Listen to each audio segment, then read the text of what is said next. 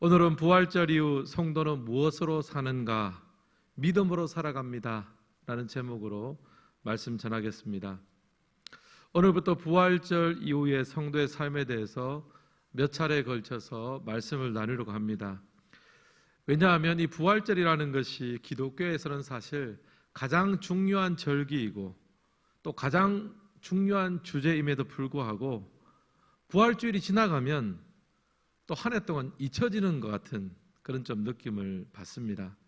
그래서 오늘부터 3주 동안 주님의 부활이 우리의 삶에 주는 의미와 변화에 대해서 함께 말씀을 나누며 은혜 받고자 합니다. 오늘은 그 중에서 도마에 대한 이야기를 한번 살펴보겠습니다. 우리가 알다시피 도마는요, 예수님의 제자 중에 한 명이었습니다. 그런데 도마는 이제 주님의 이 부활을 끝까지 의심했던 사람으로 알려져 있습니다. 예수님께서 이제 십자가에 죽으시고 나서 이제 제자들이 많이 두려워하고 걱정을 했습니다. 왜냐하면 스승이 죽고 나니까 이제 그 예수님을 따르던 자기들도 유대인들에게 핍박받고 죽을 수 있겠다. 이제 그런 마음이 들었습니다. 이 두려운 마음에 꽁꽁 숨어 있었는데 제자들이 숨어있던 제자들에게 부활하신 예수님이 찾아오시고 만나주셨습니다. 평강이 있을지어다 인사도 나눠주셨고 아버지께서 나를 보내신 것처럼 나도 너희를 보내노라 사명도 주셨습니다. 굉장히 감격스러운 장면이죠. 근데 마침 그 감격적인 자리에 도마가 없었습니다. 동료들은 지금 부활하신 예수님을 내가 만났다고 굉장히 좋아하며 감격하고 기뻐하고 있는데 도마는 그 기쁨에 동참을 하지 못했어요. 그리고 이렇게 반응합니다. 25절 말씀 같이 한번 읽겠습니다. 다른 제자들이 그에게 이르되 우리가 그를 보았노라 하니 도마가 이르되 내가 그의 손에 못자국을 보며 내 손가락을 그 못자국에 넣으며 내 손을 그 옆구리에 넣어보지 않고는 믿지 아니하겠노라 하니라. 아멘. 여러분이 25절 한 구절만 읽어봐도 도마가 어떤 성격인지 아시겠죠? 도마는요, 다른 사람들이 예수님 봤다고 하는 거 믿지를 않았습니다. 내가 직접 그 손에 못자국을 보고 내 손가락으로 직접 그 못자국에 손도 넣어보고 그리고 그 옆구리에 구멍 난 것도 내가 직접 만지고 터치해 보아야 나는 믿겠다. 한마디로 믿지 않겠다는 거죠. 이렇게 도마가 선언하고 나서 이제 8일 정도가 지났습니다. 그 8일 이 시간이 흐르고 난 다음에 예수님께서 도마를 만나 주셨습니다. 그리고 이렇게 말씀하셨어요. 믿음 없는 자가 되지 말고 믿는 자가 되라. 부활하신 예수님께서 도마에게 그리고 제자들에게 가장 먼저 요청한 것이 바로 믿음입니다. 믿음 없는 자가 되지 말고 믿는 자가 되라. 옆 사람에게 이렇게 한번 인사합시다. 믿음 없는 자가 되지 말고 믿는 자가 됩시다.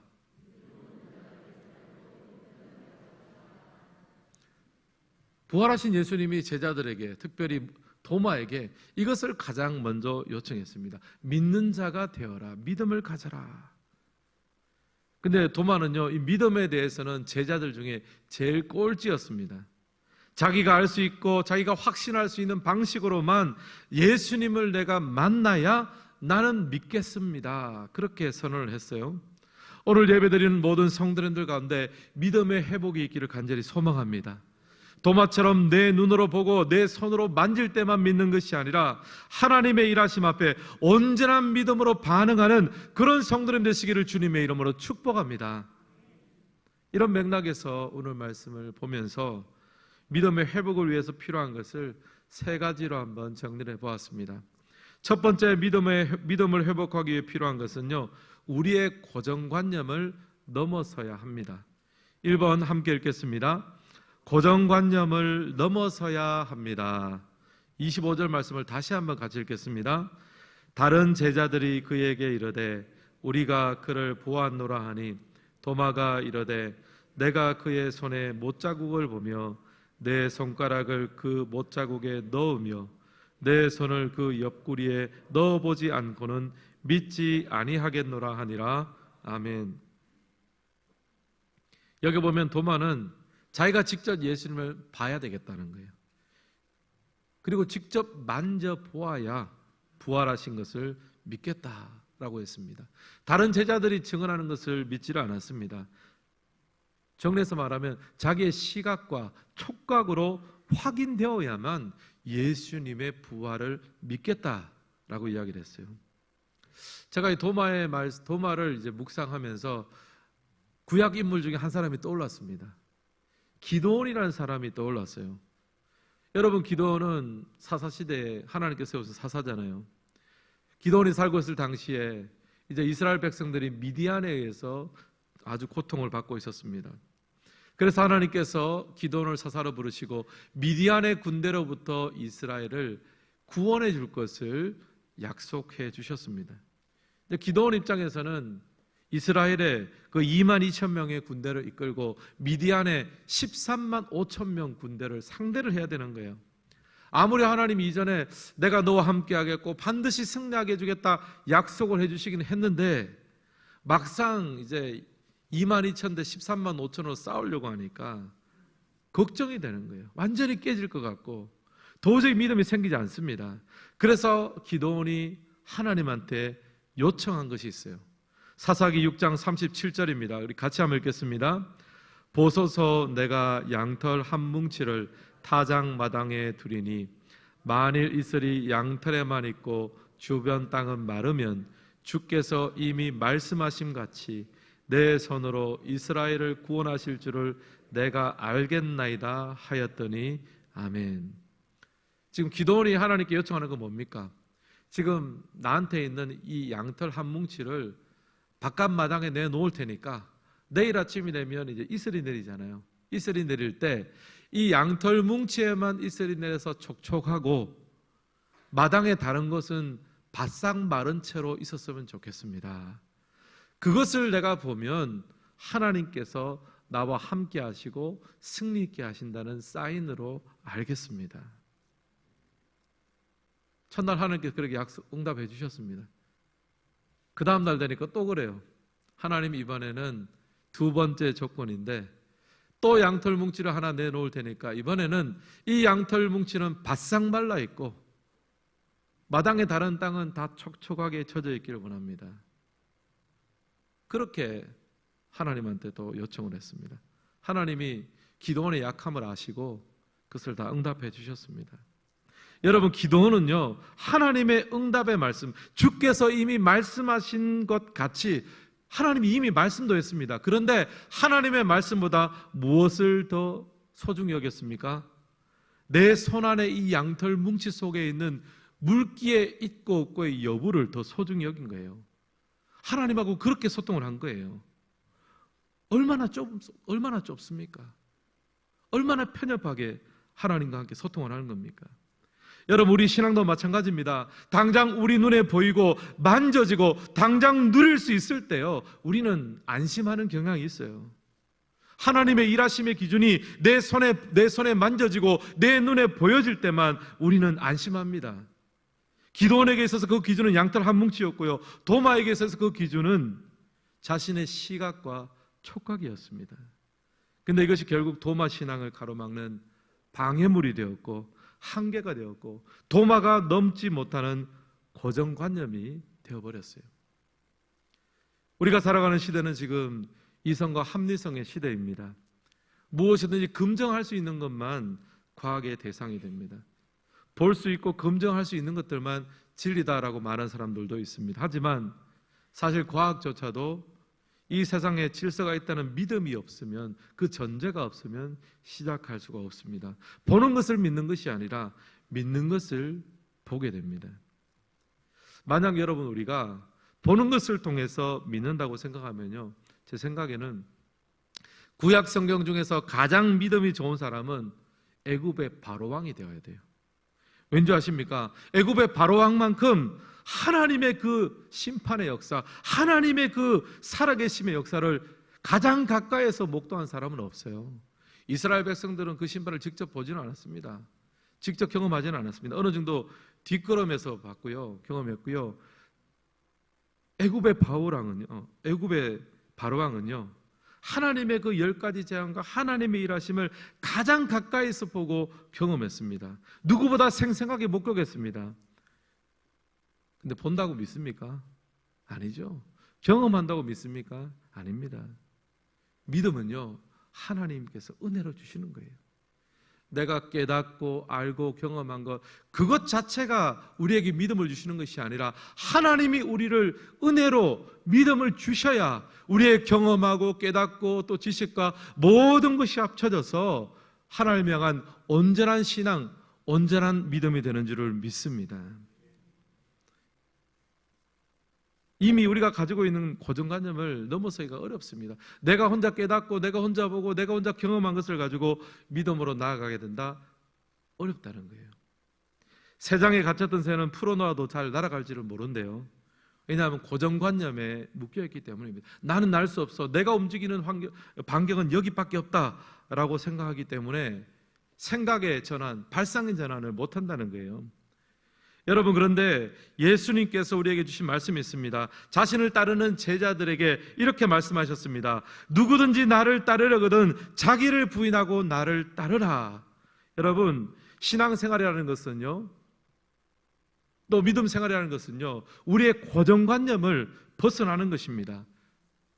누구든지 자기를 부인하고 자기 생각, 자기 한계, 자기의 고정관념을 넘어서서 그것을 모든 것을 부인하고 하나님이 하시면 할 수 있습니다. 여러분, 그 믿음 가지시기를 주님의 이름으로 축복합니다. 오늘 예배 드리신 우리 성도 여러분들, 여러분이 가지고 있는 고정관념은 무엇입니까? 오랫동안 기도해도 응답받지 못하고 있는 것들, 하나님 아셔도 여기까지는 신경 써주지 않으실 거야. 혹시 스스로 포기하고 있는 것들이 있으십니까? 오늘 예배 가운데 내 한계와 내 고정관념을 넘어서는 하나님 허락하시는 믿음의 백성 되시기를 주님의 이름으로 축복합니다. 이 믿음을 가질 때 부활하신 주님과 동행하는 삶을 살 수 있습니다. 두 번째, 믿음을 회복하기 위해서 필요한 것은요, 하나님의 말씀, 성경 말씀을 잘 들어야 합니다. 2번 함께 읽겠습니다. 성경 말씀을 들어야 합니다. 로마서 10장 17절 말씀도 같이 한번 읽겠습니다. 그러므로 믿음은 들음에서 나며 들음은 그리스도의 말씀으로 말미암았느니라. 아멘. 여기 보면 믿음은 어디에서 생겨납니까? 들음에서 난다 그래요. 근데 무엇을 들으면서 믿음이 생겨납니까? 그리스도의 말씀을 들을 때 믿음이 생겨납니다. 그냥 우리가 경험하고 그냥 깨닫고 그냥 안다고 해서 믿음이 생겨나는 것이 아니라 그리스도의 말씀을 들을 때 믿음이 생겨난다는 거예요. 그런데 이 주님의 말씀을 들을 때 우리에게 자세가 또 중요합니다. 데살로니가서 2장 13절은 하나님의 말씀을 들을 때 우리의 자세를 어떻게 하든지 알려주는데요, 같이 한번 읽겠습니다. 이러므로 우리가 하나님께 끊임없이 감사함은 너희가 우리에게 들은 바 하나님의 말씀을 받을 때에 사람의 말로 받지 아니하고 하나님의 말씀으로 받음이니 진실로 그러하도다. 이 말씀이 또한 너희 믿는 자 가운데서 역사하느니라. 아멘. 사도 바울이 지금 데살로니가 교인들에게 말합니다. 내가 너희들 가운데 들어가서 말씀을 전할 때 너희가 그 말씀을 사람의 말로 받지 않고 하나님의 말씀으로 받았다라고 칭찬하는 거예요. 사도 바울이 전하면 사도 바울 참 학식이 뛰어나네, 굉장히 준비 많이 했네, 그렇게 받지 않고 하나님께서 감동하여 주셔서 사도 바울을 통해서 우리에게 주시는 당신의 말씀을 허락하시는구나, 그런 마음으로 받았다는 거예요. 사도 바울이 바로 그 자세를 칭찬하고 있습니다. 사랑하는 성도 여러분, 어떻게 해야 우리에게 믿음이 회복되고 믿음이 생깁니까? 하나님의 말씀을 바른 자세를 가지고 듣고 반응할 때 믿음이 생기는 거예요. 사람의 말로, 그저 좋은 말로 듣는 것이 아니라 하나님이 저 목사님을 통해서, 하나님이 저 성도님을 통해서 내게 말씀하여 주시는구나, 여러분 그 말씀을 받는 자세가 중요하다는 겁니다. 어떤 글에서 제가 하나 읽었는데요, 한번 말씀드리겠습니다. 어떤 목사님이 연세가 들어서 보청기를 사용하고 있었습니다. 근데 이 목사님은 누가 부정적인 말을 하거나 불신의 말을 하면 그 사람이 보지 않게 조용하게 보청기를 뺀다고 합니다. 안 듣겠다는 거죠.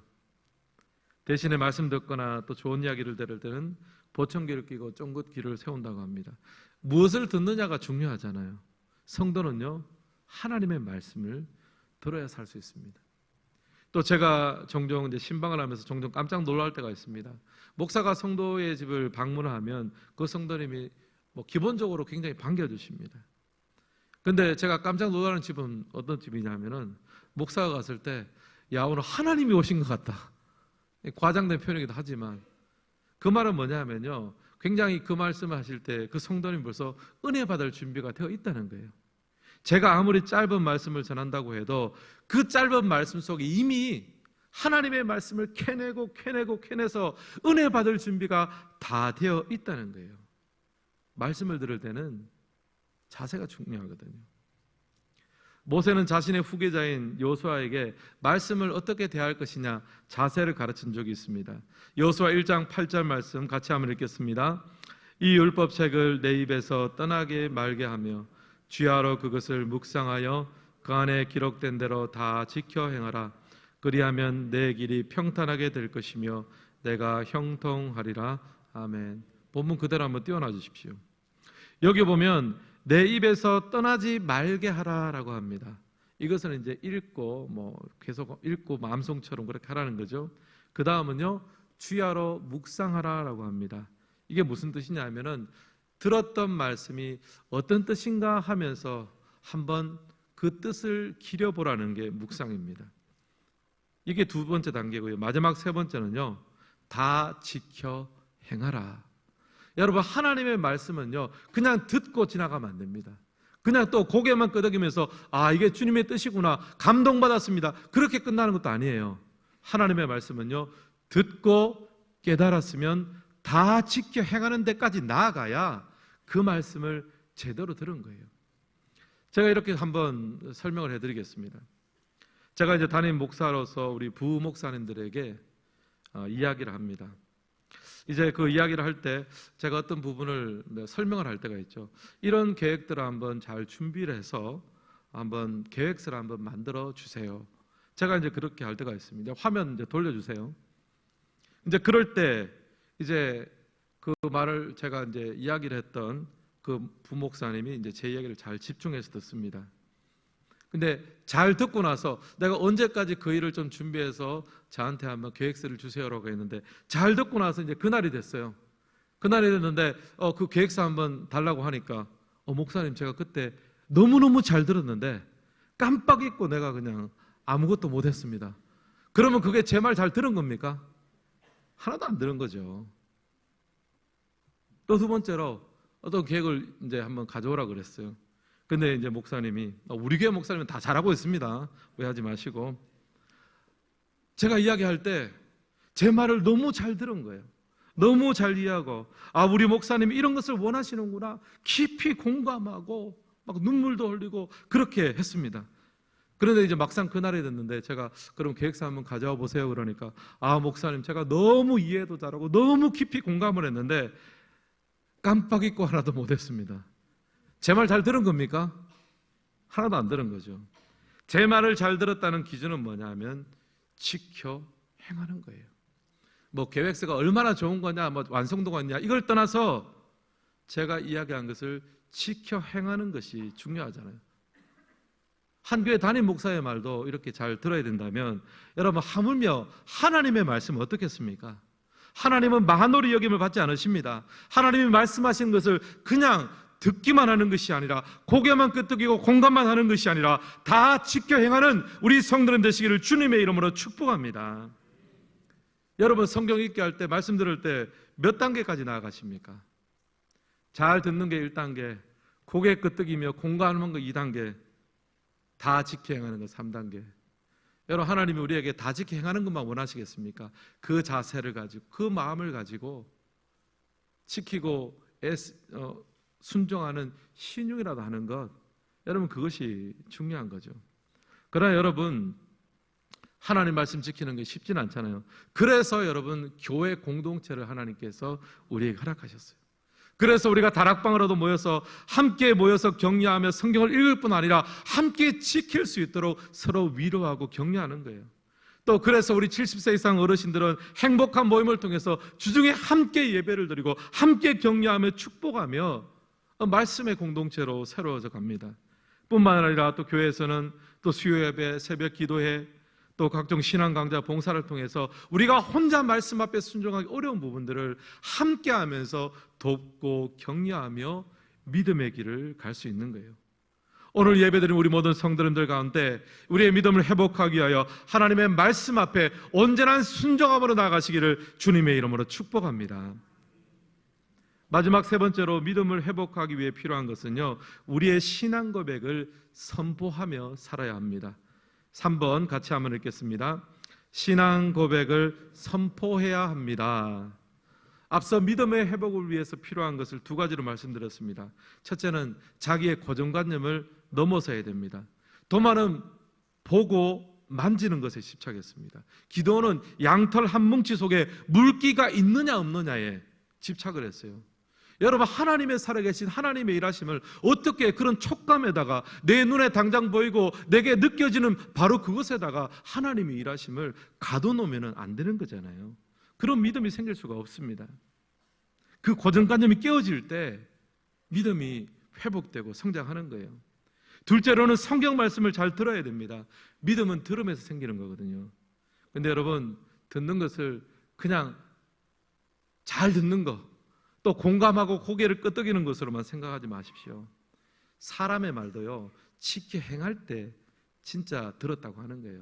하물며 하나님의 말씀을 잘 들을 뿐 아니라 공감할 뿐 아니라 다 지켜 행하도록 애쓰는 여러분 되시기를 주님의 이름으로 축원합니다. 그래야 믿음 생활을 할 수 있는 거예요. 마지막으로 자신의 신앙을 고백하고 선포해야 합니다. 27절과 28절의 말씀입니다. 함께 읽겠습니다. 도마에게 이르시되 내 손가락을 이리 내밀어 내 손을 보고 내 손을 내밀어 내 옆구리에 넣어보라. 그리하여 믿음 없는 자가 되지 말고 믿는 자가 되라. 도마가 대답하여 이르되 나의 주님이시요 나의 하나님이시니라. 아멘. 여기 보면 예수님이 도마에게 말씀하십니다. 내 손가락을 내밀어서 내 손을 보고 내 손에 한번 넣어보고 내 옆구리에 넣어보라. 8일 전에 도마가 나는 예수님 직접 보고 예수님의 그 구멍난 못자국에 내 손 넣어보고 예수님의 창 맞은 옆구리에 내 손 직접 넣어보기 전에는 못 믿겠다 그랬어요.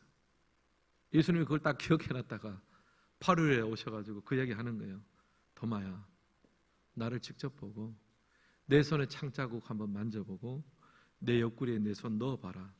그래서 믿음 없는 자로 남지 말고 믿는 자가 되라. 예수님 배려죠. 보지 않고 느끼지 않으면은 못 믿겠다 그러니까 어쩌겠습니까? 또 고쳐 써야 되니까 직접 넣어보라고 한 거예요. 그때 도마가 고백했습니다. 이르되 나의 주님이시여 나의 하나님이십니다. 제가 이 본문을 묵상하면서 궁금증이 생겼습니다. 여러분도 한번 생각해 보십시오. 도마가 과연 이 말을 듣고 예수님의 손과 옆구리에 자기 손을 넣었겠습니까? 안 넣었겠습니까? 제가 도마 같으면 저는 넣었을 것 같아요. 알겠습니다. 한번 확인해 보겠습니다. 근데 오늘 성경에 보면 자세하게는 안 나오지만 도마는 바로 신앙 고백을 합니다. 나의 주님이시여 나의 하나님이십니다. 차마 넣을 용기가 안 나는 거죠. 그렇게 그동안 3년 동안 예수님 따라다니면서 메시아다 그러고 나의 주님이요 그랬는데 이제 직접 와서 넣어보라 그러니까 차마 그럴 수가 없는 거예요. 그래서 넣지 않고 고백합니다. 나의 하나님이시오 나의 주님이십니다. 사랑하는 성도 여러분, 도마는요 이 고백을 하기 이전과 이후의 삶이 달라졌습니다. 그 전까지는요 제자들의 주님이고 다른 제자들의 주님이고 다른 제자들은 하나님이었습니다. 그런데 이 고백을 하고 난 다음부터 이제는 나의 주님이시오 나의 하나님이십니다. 이 신앙 고백 이전과 이후가 달라지는 삶을 살았습니다. 여러분, 오늘 예배 드리신 우리 모든 성도님들 가운데 오늘 이 예배 이전과 이후가 달라지시기를 주님의 이름으로 축복합니다. 청복교회 하나님이 바로 나의 하나님이시오 청복교회 주님이 바로 나의 주님입니다. 그 고백 선포하시기를 예수님의 이름으로 축복합니다. 개혁주의 신학자 헤르만 바빙크가 믿음을 다음과 같이 설명했습니다. 믿음은 두 가지 요소를 포함한다. 하나는 그리스도에 관한 사도들의 가르침을 수용하는 것이고, 또 하나는 지금도 살아계시며 죄를 용서하시고 온전한 구원을 주시는 그리스도를 인격적으로 신뢰하는 것이다. 바빙크는 지금 믿음의 두 가지 요소가 있다고 이야기합니다. 하나는 지적인 거예요. 사도들의 가르침을 받아들이는 겁니다. 성경을 읽고 교리를 공부하는 거죠. 이것도 굉장히 중요한 믿음의 한 요소입니다. 근데 믿음에 한 가지 요소가 더 있다고 해요. 바로 신뢰입니다. 성경 안에서 만난 하나님, 교리 안에서 만난 하나님, 그 하나님이 바로 나의 하나님이고 나의 주님이어서 그 주님을 사랑하고 그 주님을 의지하고 그 주님을 따라가는 것이 어쩌면 제일 중요한 믿음의 요소입니다. 도마는요, 이 신앙 고백이 있기 전까지는 반쪽짜리 믿음이었어요. 예수님에 대해 잘 알았죠. 예수님이 가르치시는 말씀도 잘 알았습니다. 좋은 말씀 가르쳐 주셨죠. 지적인 의미에서, 교리적인 의미에서 도마는 믿는 사람이었습니다. 그런데 주님을 온전히 신뢰하고 의지하지는 못했습니다. 근데 이 고백을 한순간부터 달라졌습니다. 나의 주님이시요 나의 하나님이십니다. 지적인 믿음, 이성적인 믿음이 신뢰하는 믿음, 사랑하는 믿음, 헌신하는 믿음으로 업그레이드가 되었어요. 사랑하는 성도 여러분, 여러분에게 묻겠습니다. 여러분은 어떤 믿음의 단계에 있으십니까? 그냥 지적인 동의, 교리적인 가르침으로 신앙생활을 있지는 않습니까? 반쪽짜리 신앙입니다. 도마가 그랬습니다. 그러나 도마가 이 시간 오늘 말씀 가운데 고백하며 선언했습니다. 주여, 이제부터는 내가 지식의 신앙이 아니라 신뢰하는 신앙으로, 정말 사랑하는 신앙으로, 헌신하는 사랑으로, 믿음으로 나아가겠습니다. 여러분 동일한 그 고백하시기를 예수님의 이름으로 축복합니다. 도종환 시인의 뒷자리라는 시가 있습니다. 제가 한번 읽어드리겠습니다. 맨 앞에 서진 못했지만 맨 나중까지 남을 수는 있어요. 남보다 뛰어난 논리를 갖추지는 못했고 몇 마디 말로 대중을 휘어잡는 능력 또한 없지만 한 번 먹은 마음만은 버리지 않아요. 함께 가는 길 뒷자리에 소리 없이 섞여 있지만 옳다고 선택한 길이면 끝까지 가려 해요. 여러분, 시는 여기서 말합니다. 맨 앞에 서지는 못했지만 맨 나중까지 남을 수는 있다고요. 남보다 뛰어나서 앞서가지는 못해도 한 번 먹은 마음 변치 않고 버리지 않을 수는 있다고 합니다. 여러분, 도마는요, 믿음이라는 버스의 맨 마지막에 올라탔습니다. 주님이 억지로 올라타라 그래서 억지로 올라탔어요. 가장 뒷자리에 앉았습니다. 그래서 저는 도마가 마음이 가요. 왜냐하면 우리가 바로 오늘을 살아가는 도마들이잖아요. 믿음으로 산다고 하지만 늘 불안하고 늘 염려하는 것이 우리의 모습입니다. 제가 바로 도마 목사이고 우리 모두가 도마 성도들입니다. 믿음의 맨 앞자리에 앉기는 부족합니다. 그러나 여러분 결단하시기를 바랍니다. 맨 앞자리에 앉지는 못하도 맨 나중까지는 남아있겠습니다. 비록 뒷자리에 소리 없이 섞여 있지만 주님 허락하신 자리에서 끝까지 버티고 끝까지 섬기는 그런 삶을 살겠습니다. 여러분 그런 결단하시고 그런 선포하시기를 바랍니다. 실제로 도마는 이 사명을 받고 인도까지 가서 복음을 전하고 그곳에서 순교했습니다. 부활의 주님을 만날 때까지 믿음으로 그 길을 살아갔습니다. 사랑하는 성도 여러분, 부활 이후 성도는 무엇으로 살아갑니까? 믿음으로 살아갑니다. 오늘 이 예배 가운데 그 믿음 변치 않고 매 순간 회복되어 부활의 주님을 만날 때까지 믿음의 발걸음, 믿음의 행전을 감당하는 우리 성도들 되시기를 주님의 이름으로 축원합니다.